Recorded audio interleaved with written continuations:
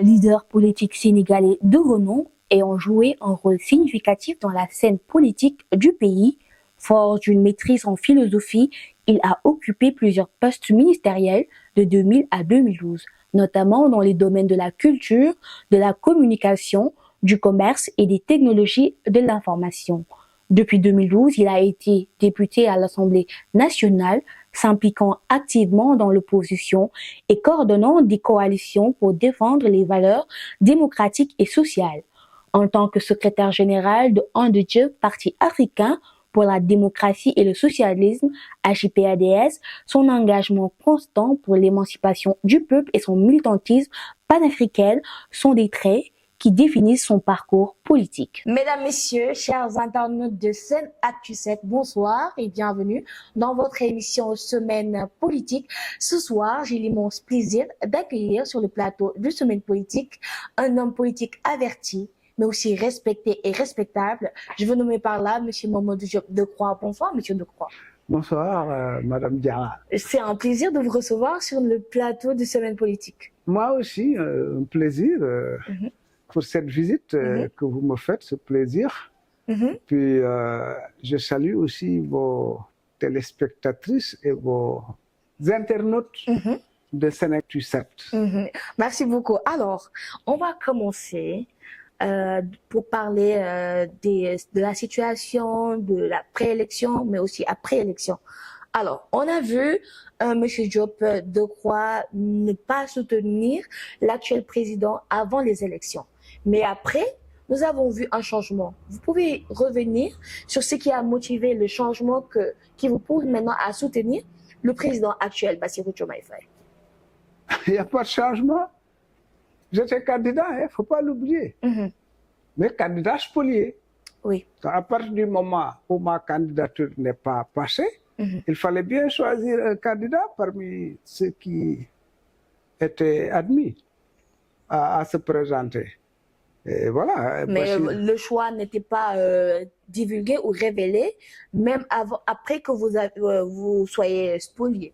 Non, non, on a dit au parti, à l'intérieur du parti, on a fait une circulaire en demandant à chaque fédération, à chaque section, de se réunir et de voir quel est le candidat dans l'opposition. On a bien cité les candidats qui étaient avec nous, avec qui on s'est battu pendant le référendum constitutionnel de 2016, pendant toute la période. Ceux-là, beaucoup sont venus nous voir ici pour solliciter notre soutien, une fois qu'ils ont constaté que nous, on n'était plus candidats. Donc, on a dit au parti, regardez ces candidats-là et vous choisissez un. Le parti a choisi Diomaye. Alors, donc, dans ma section et ma fédération, ils ont choisi Diomaye. C'est normal. Donc, moi, j'ai voté Diomaye. Et dans mon... D'aucuns disaient que vous aviez préféré Karim Wade et que c'est après que Karim Wade ait manifesté... Ah non, c'est une erreur. Karim était candidat, j'étais candidat. Oui, mais après, il a été retenu. Il n'a pas été retenu. Bon, je voulais dire qu'il n'a pas passé. Oui, moi, je ne suis pas passé. Lui, il n'est pas passé. Oui, donc, c'est ça. Alors, maintenant, nous avons vu le président Bassirou Diomaye Faye, ses premières sorties officielles privilégiées, ses homologues de chefs d'État africains. Quelle est votre perception par rapport à ces premières sorties officielles? Oui, alors, donc, PASTEF est un parti politique qui a des orientations, une façon de voir les choses, etc. Nous avons une orientation, une façon de voir les choses. Ça se rapproche. C'est pas un hasard que le parti ait voté pour Diomaye, parce que nous, notre parti, c'est pas un ensemble de clients pour le leader. C'est pas un parti clientéliste. Comprenez? Les gens ne sont pas avec moi pour des raisons pécuniaires, matérielles, financières, etc. C'est parce que les gens ont des convictions patriotiques, etc. D'accord? Et là-dessus, il y a 3 critères qui guident un peu notre action. C'est un peu ce que nous appelons, ce qu'on appelle maintenant d'ailleurs la souveraineté. Nous, on appelle ça l'indépendance politique. On estime que le pays n'a pas d'indépendance politique depuis le départ des colonialistes. Ils ont imposé ici un système qu'on appelle le système néocolonial. Mais nous nous battons depuis toujours contre ça. D'accord? C'est aussi le cas de Pastef. Deuxième élément, la dimension populaire du combat. C'est-à-dire on ne se bat pas pour faire partir des gens, mais pour continuer à exploiter le peuple, etc. Les gens ne mangent pas à leur faim, les gens ne se soignent pas, les jeunes meurent en mer, etc. Ça, c'est la dimension populaire. Donc, nous, c'est une préoccupation que nous avons. Ça recoupe également le combat de Pastef. En dernière instance, c'est l'unité africaine. L'Afrique doit s'unir pour se sortir de la situation de domination et d'exploitation dans laquelle elle se trouve. Ça, ce sont nos 3 préoccupations. Si vous allez chez Pastef, vous retrouvez ces 3 préoccupations. Alors maintenant, ils ont gagné. Ce que nous, on s'est mis à chercher depuis que nous existons en 1973, en mai 1973, c'était autour de ces 3 préoccupations. Nous avons fait eu des victoires très importantes dans ce combat. Parce que nous, quand on mettait en place notre parti, il n'y avait pas de parti politique. Un seul parti politique. Une seule radio, une seule télé. Un seul journal et des prisons, pour ceux qui ne sont pas d'accord. C'était facile de s'opposer quand même en ces temps. Et comment? Et comment? Moi qui vous parle, j'ai été arrêté 13 fois, 10 fois. Exclu de l'université, incorporé de force dans l'armée, etc., etc. J'ai perdu des camarades dans ce combat-là. Bon, donc, les gens disent, ah, voilà, fan gen toj. Dañu toj nañ parti unique, toj radio unique, toj télévision unique, toj journal unique, etc. Donc, nous avons réussi à avoir le multipartisme, etc. Et maintenant, une démocratie qui permet une alternance. Donc, ça, nous l'avons réussi. Mais ce que nous n'avons pas réussi et que Pastef et la coalition Diomaye ont réussi, c'est de prendre le pouvoir. Donc, on était ensemble dans l'opposition, nous nous sommes opposés pendant 12 ans au régime de Macky Sall. Donc, eux, ils ont gagné. Les orientations, les préoccupations sont pour l'essentiel les mêmes. On ne va pas dire, ah non, puisque ce n'est pas nous qui avons gagné, donc on va regarder faire, ou bien on va souhaiter... Est-ce que aussi vous n'avez pas vu le code de popularité qu'incarnait aussi le parti Pastef pour pouvoir se rallier à ce parti? Ce n'est pas une histoire de popularité. Macky Sall avait gagné à 65% en 2012. On n'a pas voté pour lui. D'accord. Parce qu'on n'était pas d'accord. Si on n'était pas d'accord avec leur orientation, on ne les aurait pas soutenus. Ah oui, on allait s'inscrire dans l'opposition quand Macky Sall a gagné. Macky Sall a fait 7 ans dans notre parti. Peut-être que vous ne le saviez pas, je vous le... Bah, je vais dire, c'est un scoop. Je vous l'apprends. C'est un scoop qu'on a, voilà. Parce que je pense que beaucoup aussi ignorent cette information. Je vous l'apprends. Donc, on aurait pu dire, ah oui, bon, il a fait notre parti, etc.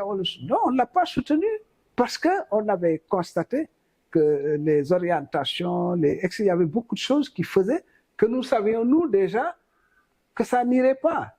Ce n'est pas la personne de Macky Sall.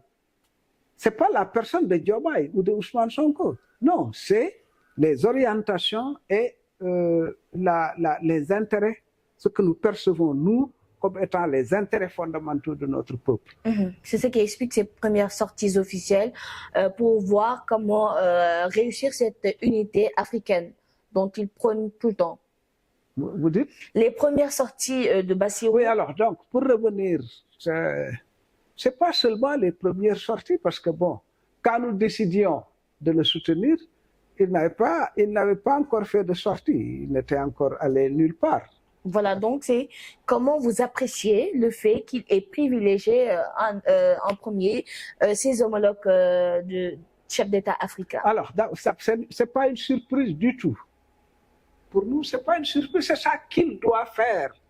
Parce que les voisins, c'est ça qui est stratégique, c'est ça qui est décisif. Okay. Quand vous dirigez un pays, vous devez avoir un voisinage de paix, de stabilité, de compréhension, de solidarité mutuelle, etc. etc. C'est ça qu'il a fait, c'est ça qu'il doit faire. Alors, la preuve, oui. c'est pas... Macky Sall l'avait fait, hein? Il est allé en Gambie, il est allé... Oui, c'est comme ça qu'il faut faire. Mais dans le cas de Diomaye, ça ne s'arrêtera pas là, c'est clair. Parce que les ambitions vont au-delà. Et vous avez vu que Ousmane Sonko a prévu des voyages, des visites dans certains pays de la sous-région, d'Afrique francophone d'ailleurs. Vous savez également que Jean-Luc Mélenchon est en visite à Dakar. Donc, il y a une nouvelle façon d'appréhender les relations. Et nous approuvons ça, parce qu'à leur place, c'est ce qu'on aurait fait. D'accord. Maintenant, concernant le coût de la vie, le président Bassirou Diomaye Faye, demain, le 15, il doit statuer par rapport à cette baisse qu'il avait demandé à ce que son gouvernement travaille. Vous pensez que ce serait facile, vu que beaucoup de ce que nous mangeons est importé? Est-ce que ce serait facile pour véritablement baisser les prix pour que le coût de la vie soit véritablement allégé? Bien. Alors, c'est bien de parler de la baisse du coût des prix, la baisse du coût de la vie. C'est important parce que, bon... Ça fait partie des préoccupations. Le panier de la ménagère, voilà. Mais, dans le fond, c'est pas ça la préoccupation fondamentale pour des gens qui viennent d'arriver. C'est la préoccupation fondamentale, c'est que les 1000 milliards qui sortent pour ce qu'on met dans le ventre, mais que le Sénégal puisse régler ce problème, produire lui-même de quoi vivre. Oui. Si les 1000 milliards restaient dans le pays, intégralement ou en grande partie, si on avait réussi, mettons, à produire pour 800 milliards de ce qu'on importe, les jeunes n'allaient plus mourir en mer, par exemple. N'est-ce pas? Vous avez aujourd'hui des Sénégalais qui n'arrivent pas à manger à leur faim. Ça doit être réglé. Donc, c'est sûr qu'ils s'occupent de ce que vous dites, parce que ça, c'est le panier de la ménagère. Il faut que les gens ressentent un tout petit peu, voilà, une bouffée d'oxygène. Mais la question fondamentale, c'est de régler le problème de la faim, de la malnutrition, etc., par l'autosuffisance alimentaire. Et je considère que ça fait partie de leurs préoccupations. Vous pensez qu'ils sont sur la bonne voie? Alors, concernant toujours les actes posés sur le foncier, comment vous évaluez le comportement ou la décision du président, c'est-à-dire à faire arrêter, à demander la construction déjà sur le littoral, et aujourd'hui le Premier ministre Ousmane Sonko qui demande aussi qu'on arrête toute construction en ce qui concerne les domaines publics maritimes? Alors, ça c'est... Vous me demandez quelle est l'évaluation. On ne peut pas encore évaluer. Ce régime-là... On ne peut pas encore évaluer, mais comment vous percevez l'appréciation que vous en faites? Je vais vous donner vraiment le truc, l'essence, quoi, la substance. D'accord. Parce que là, c'est, oui, on a demandé d'arrêter les travaux. Certains vont dire, ah, il n'a pas le droit d'arrêter, les autres, ah, il a le droit d'arrêter. Pour moi, c'est le sens qui est important. Le sens, c'est que le président s'est déplacé à Thiès. C'est déjà un signal très fort d'aller regarder ce qui se passe, etc. Ensuite, d'en avoir parlé, je crois, au Conseil des ministres ou des choses comme ça. Bon, vous venez de me dire que le Premier ministre en a parlé. Oui. Bon, donc, ça veut dire que c'est une préoccupation essentielle. Moi, je vous ai envoyé, je ne sais pas, sinon je vais vous l'envoyer, des images, des vidéos où j'ai été à Ndengler, quand il y a eu le problème foncier à Ndengler. Tout comme je vous enverrai des vidéos sur la pêche. Je me suis rendu dans les différents endroits. Justement, aussi après, on va parler par rapport à la pêche. Voilà, si vous prenez les inondations, je vous enverrai des vidéos. Moi, je vais sur le terrain auprès des populations. Donc, la question foncière est une question capitale dans notre pays. Depuis, j'allais dire presque toujours. Ça s'est beaucoup aggravé dans la dernière période avec les maires.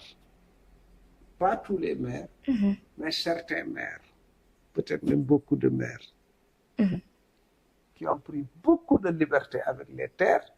Les gens sont venus acheter. Le président Sall lui-même, sa commission sur le foncier là, avec feu Moustapha Souran, que Dieu l'accueille dans les jardins de Firdaus, Moustapha Souran. Le président a dit, quand il remettait le rapport, ils ont proposé que la gestion des terres soit confiée aux maires. Le président a dit non, on ne le fera pas, parce que si on le fait, dans 2 ans ou 2 mois, je ne sais plus, ils vont vendre les terres. Ils ne vont même pas les vendre aux Sénégalais, ils vont les vendre aux étrangers. Voilà. C'est grave. Voilà, donc, ça, ce problème a toujours existé. Ce n'est pas une nouveauté. La nouveauté, c'est la volonté affichée par le régime en place, de faire face à ce problème-là et pour lui trouver une solution. Et ça, je crois que c'est à saluer. Il faut le faire. Alors, quelles sont vos relations avec le Parti démocratique sénégalais? Le parti de PDS, Parti démocratique sénégalais. Ah, le PDS, c'est un parti avec lequel nous avons combattu depuis, comme je vous ai dit, nous avons mis notre parti en place en mai 1973. Andy Diouf est plus ancien que le PDS. Et beaucoup ne le savent pas. Justement, c'est quoi alors le problème par rapport à la notoriété que devait avoir votre parti par rapport aux autres partis? Je vais vous l'expliquer, c'est très simple. Et c'est quoi? Je vous ai dit que quand on existait en tant que parti, il n'y avait pas de pluralisme politique. Il n'y avait qu'une seule radio, une seule télé, etc. Et notre parti a fonctionné dans la clandestinité. Dans la clandestinité, vous n'avez pas le droit d'aller dans la rue et dire « moi je suis Andy Diouf ». Si vous le faites, vous allez passer la nuit à la prison. C'était aussi simple que ça. Mais après? Hein? Après? Donc, puisque c'est la clandestinité, c'est par bouche à oreille, bouche à oreille, bouche à... C'est un travail qu'on ne peut pas vous décrire, tellement c'est difficile. Tellement c'est difficile. C'est comme ça que nous avons travaillé. Donc, on arrête ici une cellule de 10 personnes, on les envoie en prison pendant 3 mois, 4 mois, 6 mois, personne n'est au courant. Personne n'est au courant. On vous tue, les gens ne sont pas au courant, puisqu'il n'y a rien pour être au courant. C'est ça qui s'est passé, madame. D'accord? Je pense que beaucoup ignorent cela. Mais bien sûr, mais la jeunesse ne sait pas ça. Pourquoi je vous ai dit, j'ai été arrêté 10 fois. Moi, j'ai participé à... Il n'y avait pas de journal. Donc, nous, on a rédigé un journal clandestin. Je ne vous dis pas comment ça se faisait. C'était extrêmement compliqué. Alors, quand vous faites ça, moi, je traduisais les articles français en Wolof. Et je le faisais en Wolofal, caractère arabe, pour que les paysans qui n'ont pas appris le français puissent lire et comprendre ce qu'on dit. Je crois que je commence à comprendre pourquoi vous avez des similitudes avec le parti PASTEF, parce que vous avez évolué dans la douleur. Vous avez douleur. Mais bien sûr. Alors donc, quand on nous a arrêtés, d'abord les tortures. Les tortures. Moi, j'ai reçu ici un vieil ami, on nous avait arrêtés ensemble en 1975. Je l'ai reçu ici il y a quoi, 30 ans, enfin, il y a 10, 15 ans, quoi. Les traces des tortures, 30 ans, 40 ans après, vous les voyez sur ces gens. On a vécu tout ça. Quand on nous a exclus de l'université et de toute école supérieure du Sénégal, c'est-à-dire, voilà, on a décidé que vos études, c'est fini. Alors, comment vous avez fait après tout cela pour véritablement aujourd'hui être, j'ai dit, réinséré en fait dans l'administration, vous avez occupé des postes ministériels. Alors, comment vous avez fait après tout cela? J'explique ça. Donc, le PDS, lui, a été créé en 1974 avec l'accord de Senghor. Donc, rapidement, le président Wade avait accès à la radio, avait accès à la télé, avait accès au journal. Nous, on n'avait accès ni à la télé, ni à la radio, ni au journal. Donc, le PDS a été connu très, très, très vite. Et il n'y avait que deux partis. D'un côté, le PS, enfin, UPS à l'époque, ça deviendra par la suite PS.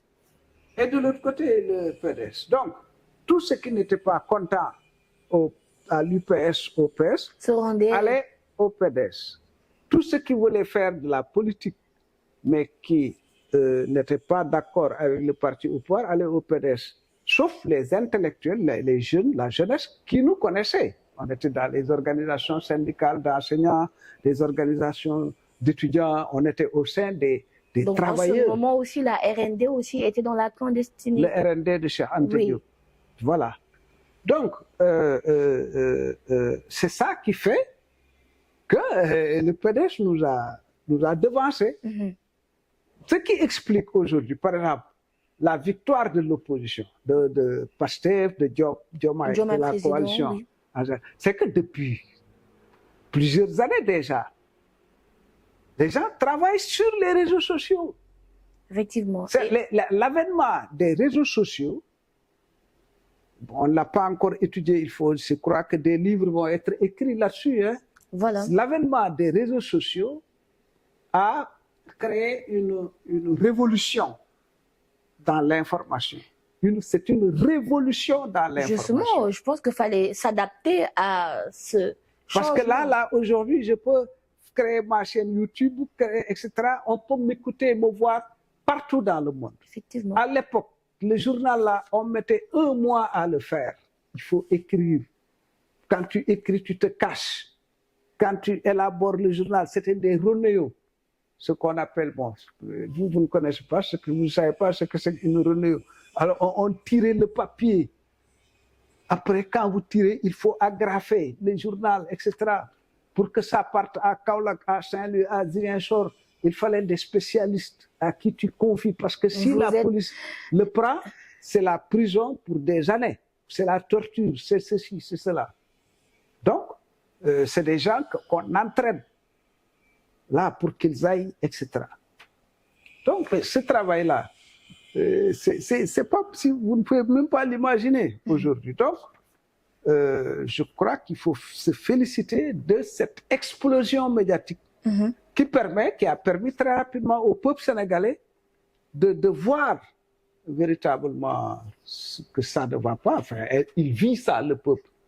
Mais le peuple a perçu qu'il y a des gens qui n'étaient pas d'accord, qui se battent pour ça et qui probablement peuvent changer les choses. Ça, c'est très important. Alors, aujourd'hui, comment le parti AJPADS compte s'imposer, vu qu'actuellement, je pense que le parti a compris que avec les réseaux sociaux, il va falloir s'adapter. Comment aujourd'hui vous comptez véritablement vous imposer en termes de notoriété? Alors, d'abord, un parti politique, c'est pour convaincre les populations sur ce qu'on veut faire, comment on voit le pays, etc. On y est. Nous sommes assez connus, même si on n'a pas été validé. Mais même si on était validé, on n'aurait pas eu de bons résultats parce que la dernière élection présidentielle était un référendum. Effectivement. Vous savez, je vous ai dit tout à l'heure qu'à l'époque, il y avait Wade et Senghor et Wade. Cette fois-ci, il y a eu, pendant plusieurs années, un processus de bipolarisation qui a existé dans le pays. Et donc, quand les gens disent non, on ne veut plus de la continuité, forcément, c'est ceux qui représentent l'autre pôle de la bipolarisation qui gagnent. Et c'est le cas avec Ousmane Sonko, Diomaye et la coalition. C'est ça qui s'est passé. Mais sinon, nous, on a un réseau très, très dense. Hein? Ah oui? Ah oui, les femmes ont des réseaux, des plateformes sur le net. Digital. Les étudiants ont des plateformes, les jeunes ont des plateformes, les fédérations départementales, les sections communales, l'extérieur, etc. Il y a beaucoup de groupes WhatsApp. Les gens, on utilise ça, mais à des moments même, moi j'ai utilisé le live pour l'école du parti. Donc on travaille. Vous savez que nous sommes notre parti, nous sommes les premiers informaticiens du pays. Dans les années 70, les fondateurs du parti, il y avait un bon paquet qui étaient des informaticiens à l'époque. Et donc, ça a continué jusqu'à présent. On a de grands messieurs qui sont dans ce domaine-là et qui s'en occupent. Alors, aujourd'hui, nous entendons tous les scandales de l'ancien régime. Aujourd'hui, lorsqu'on parle des comptes, les rapports publiés. Aujourd'hui, est-ce que cela vous surprend de ce régime sortant? C'est bizarre. J'ai beaucoup de vos confrères ou consoeurs me posent la question, est-ce que je suis surpris? Mais... Naturellement, non, parce que vous avez toujours alerté quand même. Hein? Naturellement, c'est non, vu que vous avez toujours alerté. Mais oui. Et vous vous êtes dressé. Mais oui, forcément. Pourquoi on s'était opposé? C'est parce que chaque fois que vous écoutez un opposant, tous pareils, hein? Même si les gens n'ont pas les mêmes idéologies, les mêmes doctrines, mais la formule est la même. Ningi kasar kasare ala l'oreille. N'est-ce pas? Tout le monde dit la même chose, c'est une formule. Donc naturellement, on le savait. Maintenant, peut-être parfois l'ampleur peut vous surprendre. Mais nous savions que, moi je disais toujours d'ailleurs, sous Macky, je disais, mais attendez, on a créé l'OFNAC. Avant l'OFNAC, c'était quoi? Créé? Non, il y avait un autre truc, organe que le président Wade avait mis en place. Bon, j'ai dit, mais ça fait 10 ans. On n'a jamais pris quelqu'un pour corruption, pour détournement, Donc, à quoi servait l'OFNAC? Et le président Bassirou, à son accession, il a demandé à ce qu'on publie tous les rapports. Alors, d'abord, avant les rapports, c'est-à-dire la cohérence. C'est-à-dire, vous créez un organe pour poursuivre la malgouvernance, malversation, etc. Pendant 12 ans, vous n'avez pris personne. Soit, ça veut dire que tout le monde est droit, auquel cas, évidemment, l'organe n'a aucun intérêt. Ou alors, on a épinglé des gens qui auraient dû rendre compte, etc., mais qui n'ont pas rendu compte. Auquel cas aussi, l'organe n'a pas d'intérêt. Est-ce que vous voyez bien? Donc, il y a beaucoup d'incohérences. Maintenant, les rapports sont publiés.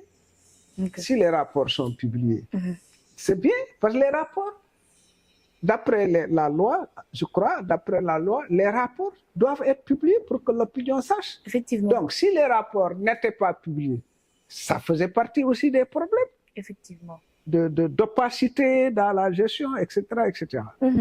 OK. Maintenant, les rapports sont publiés, c'est très bien. Les Sénégalais découvrent, ils apprennent que, au fond, ce que l'opposition disait était vrai. Ça aussi, c'était un problème pour l'opposition. Souvent, quand vous parlez, on vous écoute peut-être d'une oreille en disant, bon,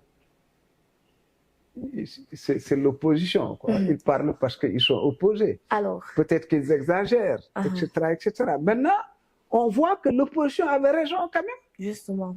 N'est-ce pas? Oui. Alors, avec le retour de Amadouba. Attendez, avant de parler du retour d'Amadouba, je termine sur ça. Oui. Pour moi, ce qui est le plus important, c'est que, bon, un audit, normalement, c'est quelque chose qui doit être ordinaire, c'est-à-dire chercher, évaluer ce qui marche, ce qui ne marche pas, etc. Et forcément sanctionner négativement ou positivement. Ça, c'est dans la vie Normale.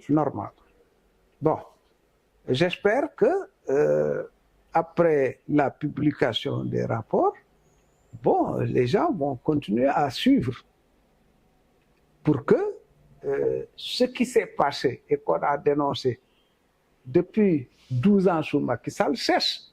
N'oublions pas que quand Macky Sall a été élu, en 2012, Macky Sall a dit gestion sobre et vertueuse. Vertueuse. Oui. Et tout le monde avait applaudi. La question n'a pas été réglée. Effectivement. Mais ce n'est pas une question simple. Mais la différence, à mon avis, c'est qu'ici, il y a une volonté vraiment de s'en prendre à ces questions-là. C'est pour cette raison, je dis, il faut soutenir. Parce que quand les nouvelles autorités affichent cette volonté farouche de faire face, il faut soutenir. On ne peut pas aller là-bas, faire comme ça et dire, bon, ben, on va les regarder faire. D'accord? Voilà ce que je veux dire. Alors, par rapport au retour du nouveau chef de l'opposition, vu les statistiques après l'élection, Amadouba, vous pensez qu'il peut y avoir un changement sur le paysage politique? Est-ce qu'il incarne véritablement ce statut de chef? Non, vraiment, pour l'instant, je ne peux pas parler de ça. C'est trop confus. Donc, moi, j'attends de... Parce que quand même, à un certain niveau de responsabilité, on doit faire attention à ce qu'on dit. Voilà, Benno a perdu le pouvoir. Il y a eu beaucoup de problèmes là-bas. On ne peut pas, à ce stade-ci, aller dans tel ou tel sens. Ça, c'est un. Deuxièmement, j'ai jamais cru à cette histoire de chef de l'opposition. Jamais. Sous le président Wade, comme je travaille avec lui, je lui ai dit, moi, je ne crois pas à cette affaire.